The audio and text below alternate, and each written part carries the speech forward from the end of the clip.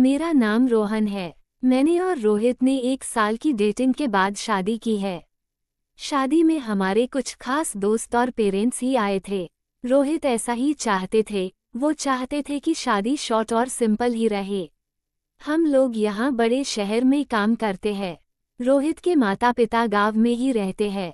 रोहित ज्यादा गांव जाते नहीं। जब कभी मम्मी पापा को मिलना होता है तो वो हमें शहर में आकर ही मिल लेते।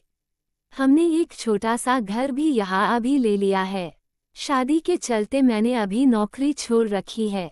हमारा घर रोड के साइड में ही है। खिड़कियों से रोड दिखाई देती है।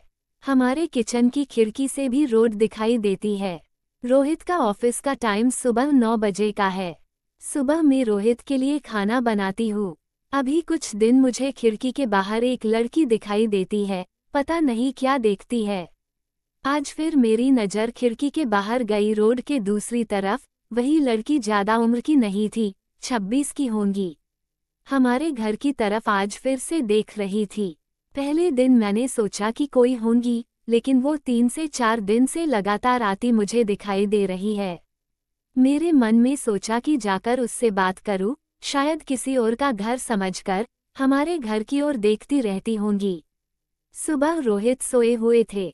वो फिर वही दूर खड़ी दिखाई दी। इस बार मैं बाहर गई।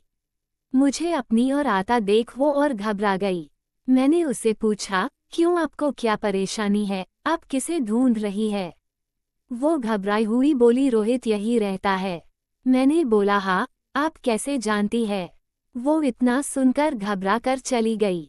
मैंने पीछे से उसे आवाज दी पर उसने सुना नहीं। मैं अपने घर में वापस आ गई। मेरे आने पर रोहित उठ गए थे। पूछा, कहाँ गई थी तुम? मैंने बोला, पता नहीं, एक लड़की है, वो हमारे घर की तरफ देखती रहती है। मैंने जब जाकर उससे पूछा तो तुम्हारा नाम भी जानती है। तुम किसी गोरी सी सुंदर लड़की को जानते हैं। रोहित ये सुनकर भड़क गए। बोले, पागल हो क्या, कोई कुछ भी बोलेगा और तुम मान लोगी क्या?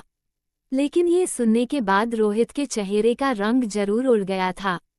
मेरे भी दिमाग में कुछ कुछ चलने लगा। रोहित जब शाम को आए तब मैंने इस विषय में कोई बात नहीं की। अगले दिन मैं सुबह उठी तो रोहित पहले से उठ गए थे। मैं किचन में गई तो किचन की खिड़की लगी हुई थी और बड़ी मुश्किल से खोलने पर खुलती थी। मैं कोशिश कर रही थी लेकिन ऊपर वाली कुंडी मुझसे नहीं खुली। मैं हमेशा नीचे की कुंडी से खिड़की लगाती थी, लेकिन आज खिड़की की ऊपर वाली कुंडी भी लगी हुई थी। मैंने कैसे भी कुंडी खोली और खिड़की खोली तो मैं देखकर हैरान रह गई। रोहित उस लड़की से वहां जाकर बात कर रहे थे। वो उस पर चिल्ला रहे थे और गुस्सा हो रहे थे। लड़की रो रही थी और रोहित ने उसे उंगली दिखाकर जाने को कहा। ये सब देखकर मैंने खिड़की बंद कर दी ताकि रोहित को लगे नहीं कि मैंने उसे यह करते देखा है। रोहित फिर घर में आ गए। मैंने ऐसे जताया जैसे कि मैंने कुछ देखा ही नहीं है। अब मुझे ना जाने कैसे कैसे ख्याल आने लगे। रोहित मुझसे क्या छिपा रहा है? मैंने रोहित से शादी करके कोई गलती तो नहीं की। आखिर वो लड़की कौन है और रोहित उस पे इतना गुस्सा क्यों हो रहे थे?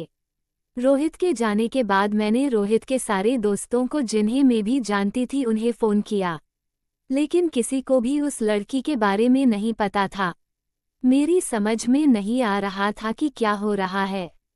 रोहित से पूछना चाहती थी लेकिन मुझे पता था कि वो झूठ ही बोलेगा। उसके बाद मैंने उस लड़की को घर के आसपास नहीं देखा। ये सब सोचते सोचते मेरी तबीयत बिगड़ने लगी। रोहित मुझे बोलता था कि क्या हुआ, अपना ख्याल रखो, डॉक्टर के पास जाओ। लेकिन अब मुझे उसकी बातें बिल्कुल अच्छी नहीं लग रही थी।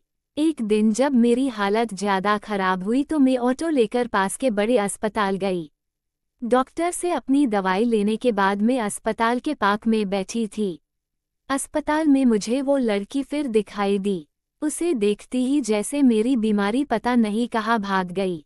मैं उसके पास तेज चल कर गई और उसका हाथ पकड़ लिया और उसे बोला, तूने मेरी जिंदगी में उथल पुथल मचा दिया। बोल, उस दिन क्या बात कर रहा था रोहित तुझसे? क्या रिश्ता है तेरा मेरे पति से? फिर उसने मुझे जो बताया सुनकर मुझे लगा कि मेरा पति ऐसा है। उसने इतनी बड़ी बात मुझसे छिपाई। शाम को रोहित जब आए तब उस लड़की को अपने घर में देखकर चौंक गए। मैं भी उसके पास ही बैठी थी। रोहित उसकी तरफ देखकर बोले कि अच्छा तो तूने इसे सब बता दिया, मना किया था दूर रहने को मेरी फैमिली से। मैंने बोला रोहित, शर्म करो, तुम इतने कठोर कैसे हो सकते हो, अपनी सगी बहन की मदद नहीं कर रहे हो। वो लड़की सरिता थी, रोहित की सगी बहन। उसने अपने पसंद के लड़के से शादी कर ली थी, इसलिए रोहित और उसके परिवार ने उससे सारे रिश्ते तोड़ दिए थे। रोहित ने कहा कि मेरी कोई बहन नहीं है। मैंने कहा इसका पति अस्पताल में है, इसे रुपयों की जरूरत है। बहन नहीं तो इंसानियत के नाते ही तुम्हें इसकी मदद करनी थी। और अपनी पसंद की लड़की से शादी तो तुमने भी की, फिर जो नियम इसके लिए है तुम्हारे लिए क्यों नहीं है। मुझे पता होता तुम ऐसी सोच वाले हो तो मैं तुमसे कभी शादी नहीं करती। जिसको बहन के आंसू नहीं पिघला सके उस आदमी के सीने में दिल नहीं हो सकता। इतना कहकर मैंने अंदर से अपने सारे गहने लिए और सरिता को दे दिए।